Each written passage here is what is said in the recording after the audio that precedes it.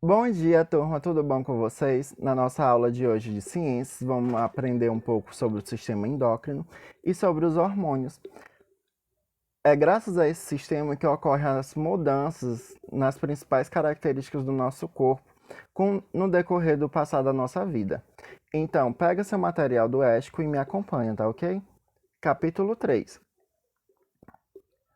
Bom, o sistema endócrino é o responsável por receber os estímulos do sistema nervoso e de outros sistemas, que trabalham de maneira integrada e harmônica. Os hormônios são substâncias produzidas principalmente por glândulas que ajudam nessa tarefa.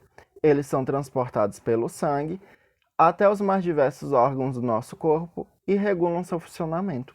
O conjunto de glândulas que produzem os hormônios é conhecido como sistema endócrino. O conjunto de Trabalhando em conjunto com o sistema nervoso, o sistema endócrino regulamenta as nossas funções corporais. O sistema endócrino ele vai ser formado por essas glândulas e elas são as seguintes. Nós vamos ter a região do hipotálamo, que é uma região do nosso encéfalo, do nosso cérebro, e vamos ter também a região da hipófise. Além do hipotálamo e da hipófise, nós vamos ter a tireoide, vamos ter o timo, vamos ter as glândulas suprarrenais, vamos ter o nosso pâncreas, conforme essa imagem, o esquema. E nas mulheres nós vamos ter a presença dos ovários e nos homens nós vamos ter as glândulas presentes lá na região dos testículos. Os hormônios, ele produz mais de 20 hormônios importantes. O nosso corpo ele vai produzir mais de 20 hormônios importantes. Cada um deles é produzido por uma glândula específica que acabamos de falar. Do hipotálamo, da hipófise, da tireoide, do timo, das glândulas suprarrenais, dos ovários, testículos e do pâncreas. Cada um é produzido por uma glândula específica e atua em apenas um determinado local. Por exemplo, o hormônio do crescimento, ele proporciona o nosso crescimento físico e ele está mais presente aí na mudança de fase, entre a fase da criança para a adolescência. É quando ele mais atua, que é a nossa fase de crescimento. Quando levamos um susto, a adrenalina faz acelerar o ritmo do nosso coração e da nossa respiração, entre outras reações que preparam o nosso corpo para reagir. Quando nós estamos em situações de risco, em situações de extremas, por exemplo, quando nós brincamos em um parque de diversão, em um brinquedo, que ele provoca essa sensação de adrenalina. Os nossos olhos eles ficam maiores, ou seja, eles ficam mais preparados para captar alguma reação. O nosso coração ele aumenta a quantidade de batimentos cardíacos. Nós temos uma arritmia cardíaca, que é um aceleramento do coração. Nossos músculos, eles recebem uma grande quantidade de adrenalina, ou seja, nós ficamos mais predispostos a essa situação de risco, a uma reação. A insulina é um outro hormônio. Ele é um hormônio produzido pela nossa região do pâncreas, o que permite a entrada de glicose nas células para ser transformada em energia. O pâncreas ele vai ser responsável por produzir esse hormônio, que é a insulina, que ela vai ser responsável pela quebra e absorção dessa glicose, que depois vai ser transformada em energia. Vale ressaltar que quando o nosso pâncreas ele não produz a quantidade correta de insulina, nós temos que tomar injeções de insulina. Quando o pâncreas ele não funciona de forma correta, produzindo essa quantidade necessária, nós vamos ter uma doença que é conhecida como diabetes, que provavelmente muitos de vocês já devem conhecer porque tem algum parente que tenha diabetes.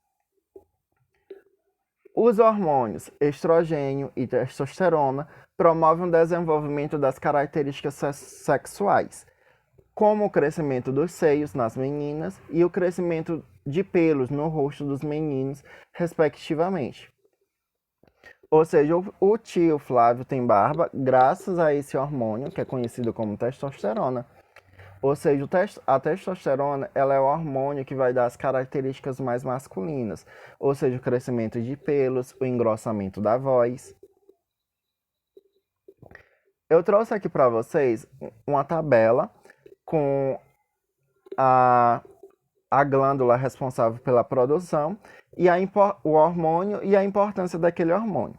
Por exemplo, na nossa região do nosso cérebro, nós vamos ter uma glândula que é conhecida como glândula pineal. E ela vai ser responsável pela melatonina, que vai atuar na regulação dos ritmos biológicos. Essa melatonina, ela vai estar muito associada também com o nosso sono, esse hormônio. Ou seja, vocês já perceberam que durante cada fase da vida, nós dormimos quantidades diferentes de sono. Por exemplo, um bebê, ele dorme bastante. Quando nós estamos na fase adulta, nós já dormimos menos.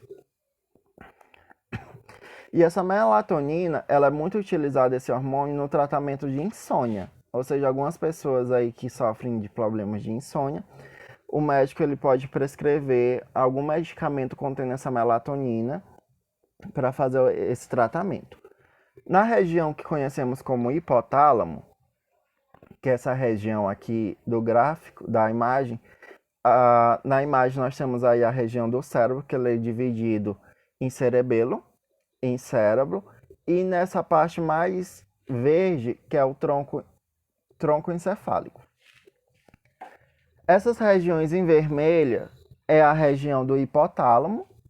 Abaixo do hipotálamo, nós vamos ter a hipófise. E essa última, aí é a glândula pineal, que é onde é produzida a melatonina. O hipotálamo, ele vai produzir hormônios de inibição e liberação. O hipotálamo ele vai produzir vários hormônios que estimulam a hipófise a secretar outros hormônios. Por exemplo, a ocitocina, que ela estimula a contração do útero e a ejeção de leite produzido nas glândulas mamárias. Ou seja, quando a mãe, uma mulher, ela está grávida, é graças a essa ocitocina que ela vai auxiliar no momento do parto, que é o momento em que ela vai ter o bebê. A vasopressina, o hormônio antidiurético ADH, ele vai atuar na reabsorção de água pelos rins. Ou seja, essa vasopressina, ela vai auxiliar aí também no nosso sistema urinário.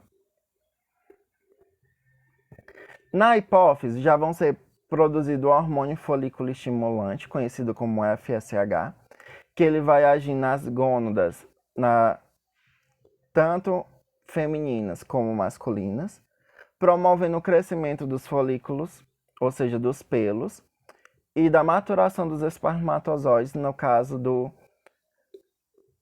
dos meninos.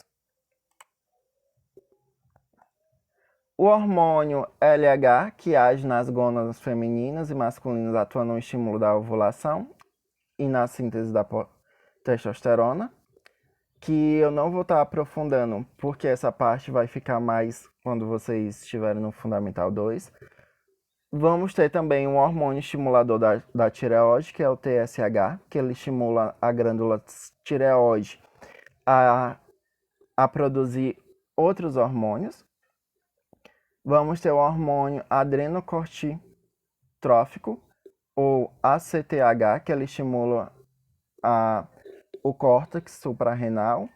A prolactina, que vai ser um hormônio que vai estar presente nas mulheres quando elas estão gestantes, que ele vai estimular a produção do leite materno.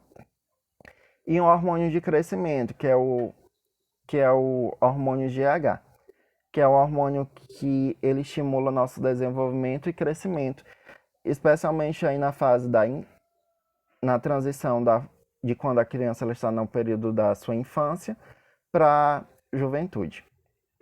Vamos ter a tireoide. Na tireoide vão ser produzidas a tiroxina e o triiodotironina, que é o T4 e o T3, que eles vão atuar nos processos metabólicos. Ou seja, esses processos metabólicos consistem... Aí tem a imagem aí da tireoide, onde ela é localizada, que é nessa região aqui. Esses processos metabólicos estão muito relacionados à absorção dos nutrientes, ou seja, dos nossos alimentos, e a calcitocina, que reduz os níveis de cálcio no sangue. Ou seja, vocês já devem ter observado que uma pessoa que ela é bem magra, mas ela come bastante. Isso pode ser, além dela ter um metabolismo acelerado, ela pode ter algum problema relacionado à sua tireoide. Na tireoide pode ocorrer essas duas doenças, que é o hipotireoidismo, que no caso é uma diminuição dessa região da tireoide, ela é diminuída. A pessoa ela pode apresentar cabelos bem ressecados, é uma pessoa que tem alto grau de irritabilidade, uma pessoa que se cansa mais fácil e ela possui uma pele mais áspera. Geralmente essa pessoa que tem hipotireoidismo, ela tende a ter um aumento de peso devido a essa diminuição da sua tireoide. No hipertireoidismo, a pessoa geralmente ela é bastante agitada, tem os olhos mais esbugalhados, ou seja, ela fica como se estivesse naquela... bem parecido com a adrenalina, com os olhos bem atentos. É uma pessoa que ela sua bastante, transpira bastante. Ela pode ter uma alteração no pescoço, nessa região da tireoide, devido ao aumento da tireoide. Ela pode ter o pescoço inchado, que geralmente essas alterações na tireoide, ela pode provocar uma doença que é conhecida como papada, que é quando a pessoa ela tem essa região bastante inchada. E a pessoa que tem hipertireoidismo, ela geralmente tem uma grande perca de peso, ou seja, ela come bastante, mas ela não aumenta a sua massa. Nós vamos ter a região paratireoides, que vai ter o paratômio, que é um aumento do nível de cálcio do sangue. Ou seja, na tireoide vai ter um controle do cálcio, com a calcitocina, e com o paratormônio, correção, vai já controlar os níveis de cálcio. São os dois hormônios que vão controlar a quantidade de cálcio no nosso sangue. Nós vamos ter também as suprarrenais, a epinefrina e a norepinefrina, que são produzidas na medula. Aí está as glândulas paratireoides, elas também estão localizadas junto com a tireoide, na região mais abaixo. As suprarrenais, essas glândulas estão localizadas acima da região dos nossos rins, e ela vai produzir esses três hormônios, a epinefrina, o glicocorticoides e o mineral corticoides. A epinefrina, ela vai ser responsável pelo aumento do nível de glicose no sangue, de açúcar. Os glicocorticoides, eles vão possuir um papel no metabolismo dessa glicose, ou seja, nessa absorção, juntamente ali com a região do pâncreas. E os minerais corticoides, eles vão atuar na absorção já do sódio, que é uma das substâncias presentes ali no sal. E excreção do excesso de potássio nos rins. No pâncreas, nós vamos ter a presença de dois hormônios, que é a insulina, que ele vai reduzir os níveis de glicose no sangue, promovendo a entrada de glicose nas nossas células. E vamos ter o glucagon, que ele já vai aumentar a quantidade de sangue, de glicose no nosso sangue. Ou seja, no pâncreas vai ter tanto o hormônio responsável pela absorção, como vai ter o hormônio responsável pelo controle da quantidade de glicose no nosso sangue.